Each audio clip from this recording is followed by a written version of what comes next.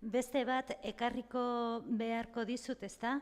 Mailako botila seinalatzen zion kamareroak. Jada ustuta zegoena. Klausek baietz egin zion buruaz, irribarre apur bat lotsatiaz. Desenkusatuz bezala idatzi bitartean edandako guztiagatik.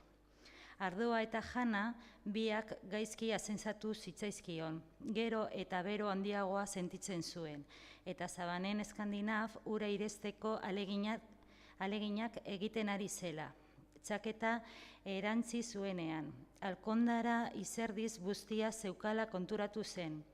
Galtzarbe inguruetan alkondarak urdin ilune zirudien.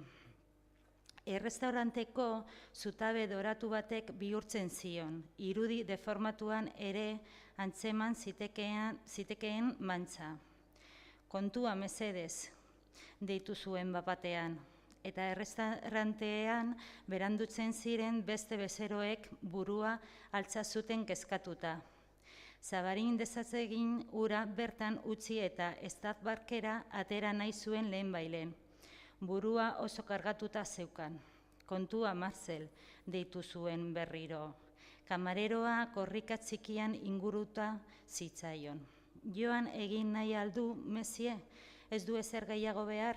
Begi zuekin begiratzen zion. Bai, joan egin nahi dut. Klausek mantelaren izkinak bihurritzen zituen eskuarekin.